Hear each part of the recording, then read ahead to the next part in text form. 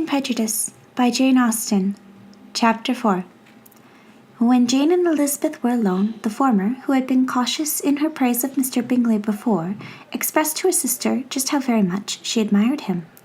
"He is just what a young man ought to be," said she, "sensible, good-humoured, lively, and I never saw such happy manners, so much ease, with such perfect good breeding." "He is also handsome," replied Elizabeth, "which a young man ought likewise to be, if he possibly can. His character is thereby complete. I was very much flattered by his asking me to dance a second time. I did not expect such a compliment." "Did you not?" "I did for you, but that is one great difference between us. Compliments always take you by surprise, and me never. What could be more natural than his asking you again? He could not help seeing that you were about 5 times as pretty as every other woman in the room. No thanks to his gallantry for that. Well, he certainly is very agreeable, and I give you leave to like him. You have liked many a stupider person." "Dear Lizzie, oh, you are a great deal too apt, you know, to like people in general. You never see a fault in anybody. All the world are good and agreeable in your eyes.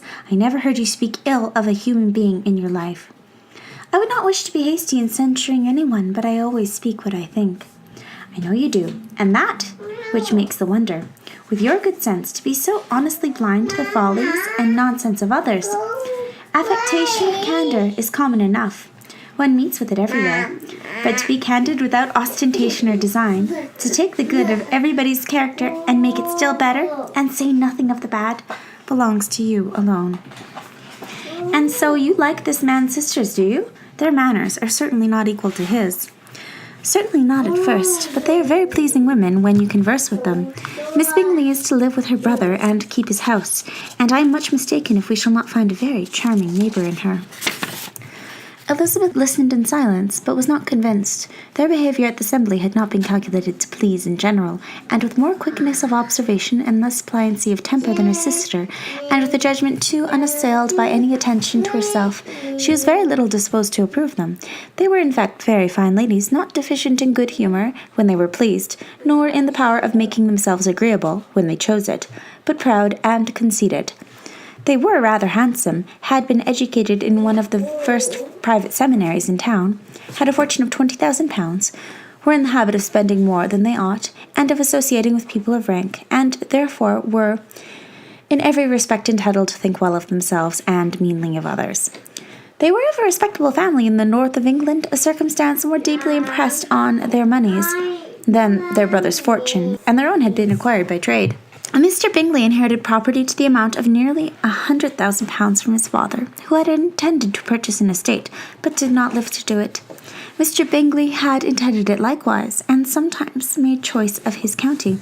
But as he was now provided with a good house and the liberty of a manor, it was doubtful to many of those who best knew the easiness of his temper, whether he might not spend the remainder of his days at Netherfield, and leave the next generation to purchase.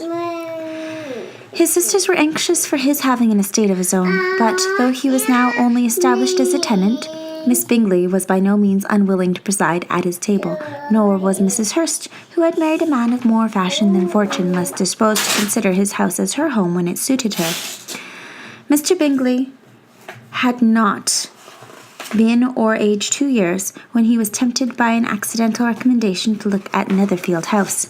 He did look at it, and into it for half an hour, was pleased with the situation and the principal rooms, satisfied with what the owner said in its praise, and took it immediately. Between him and Darcy there was a very steady friendship in spite of great opposition of character. Bingley was endeared to Darcy by the easiness, openness, and ductility of his temper, though no disposition could offer a greater contrast to his own, and though with his own he never appeared dissatisfied. On the strength of Darcy's regard, Bingley had the firmest reliance, and of his judgment the highest opinion. In understanding, Darcy was the superior. Bingley was by no means deficient, but Darcy was clever. He was at the same time haughty, reserved, and fastidious, and his manners, though well-bred, were not inviting. In that respect his friend had greatly the advantage. Bingley was sure of being liked wherever he appeared. Darcy was continually giving offence. The manner in which they spoke of the Meryton assembly was sufficiently characteristic. Bingley had never met with more pleasant people or prettier girls in his life. Everybody had been most kind and attentive to him. There had been no formality, no stiffness. He had soon felt acquainted with all the room, and as to Miss Bennet, he could not conceive an angel more beautiful. Darcy, on the contrary, had seen a collection of people in whom there was little beauty and no fashion, for none of whom he had felt the smallest interest, and from none received either attention or pleasure. Miss Bennet he acknowledged to be pretty, but she smiled too much. Mrs. Hurst and her sister allowed it to be so, but still they admired her and liked her, and pronounced her to be a sweet girl, and one whom they would not object to know more of. Miss Bennet was therefore established as a sweet girl, and the brother felt authorized by such commendation to think of her as he chose.